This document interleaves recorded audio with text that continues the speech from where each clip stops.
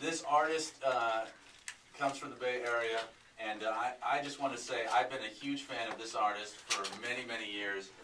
Before this artist was actually an artist. I think it was before he was an artist, right? No, before he was an artist. That's when you know you're an old school fan. Just one of our young friends, You guys knew me when I was an intern. Well, a good friend of ours, Ryan Torres, is in the building, and he is just, it's great to see how now you're doing the musical career that you have kind of always wanted to do.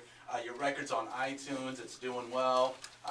You've got, I've heard from your tracks that you're doing up-tempo, you're doing the house music, you're doing, so is it safe to say pop? What Dude, pop artist is safe? I don't even know how to explain this music. Like, seriously, every type of music I like, I'm putting into one. Yeah. So, I grew up on hip-hop.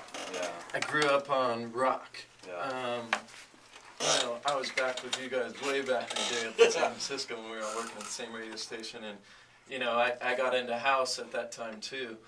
And so basically through my time in this business, I've been in situations where I was kind of told what style to do, and now I'm at a point where I'm doing a lot independently and I can do what I want to do. That's cool, man. And you've been, I remember at the beginning, I've known you for so long, man. We've been friends from back in the day, and we always knew you wanted to do that, and you had talked about it, and some of the guys would give you a bad time. Come on, man. Really and I remember going, bust chops. What are you doing? I remember telling her, I'm like, dude, just do what makes you happy, bro. Like, if you want to do it, just rock it. And then I remember one of your other groups, you did the boy band thing with a bunch of our friends, and that started going well, where I was like, hey, dude, they really might do this. Because Ryan Torres, Torres, was known as the pretty boy in the group, in our clique or whatever back in the day. So, like, we used to go out on the streets, and girls used to go crazy over him. Crazy. Like, crazy. I mean, it was just insane. Like, he had to jump on top of buses, and okay, let me just paint the picture. This is where it all started, where it's like, okay, you might really be able to do this thing. Mm-hmm. So it was like, God, we were at a concert doing it was one of the boy bands, NSYNC or something at the time. They were together. Let's just say that.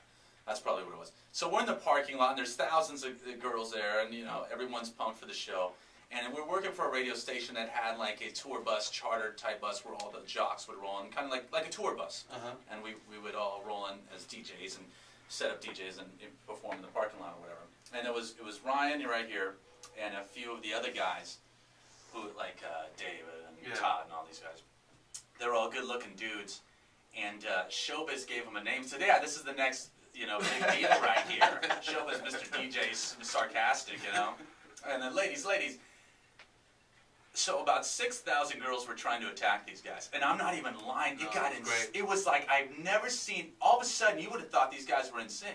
We had to put them at the top of the bus, get them on just so they could sign autographs and stuff. Right.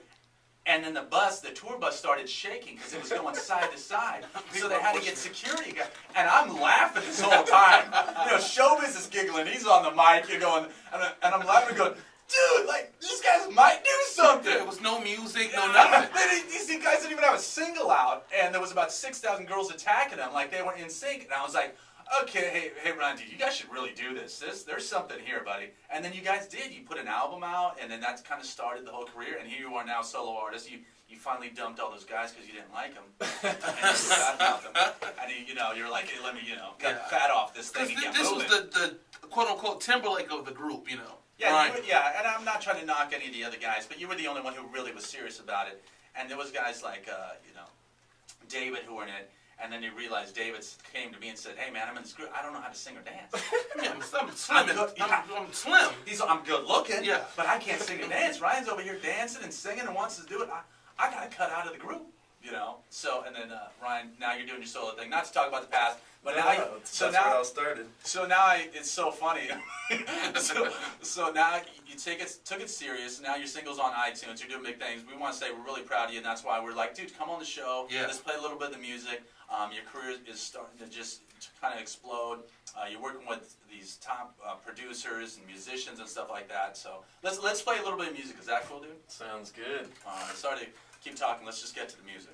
We got some history behind this, man. I'm actually pumped. This is a good friend of ours. This is Ryan Torres. What single are we going to check out first, Ryan? We're going to check out Sexy Girls. Okay, who did the production on this? Who are you working with on it? I'm working with Randy Amata. He actually produced one of my first records back in the day when I was in Townsend. And we had James Hara, he's a guitarist for Madonna. He laid down on the guitar track, so check it out. Cool. Let's get this. Sexy girls. This is dedicated to sexy girls. Oh yeah. I'm assuming, this is for sexy girls. So sexy girls, listen up. But what if you're not that sexy? Can you still listen? You can still listen. Oh, all right, cool. All right, here it is. Ryan Torres. You can go to iTunes and go and purchase that because he's trying to get paid.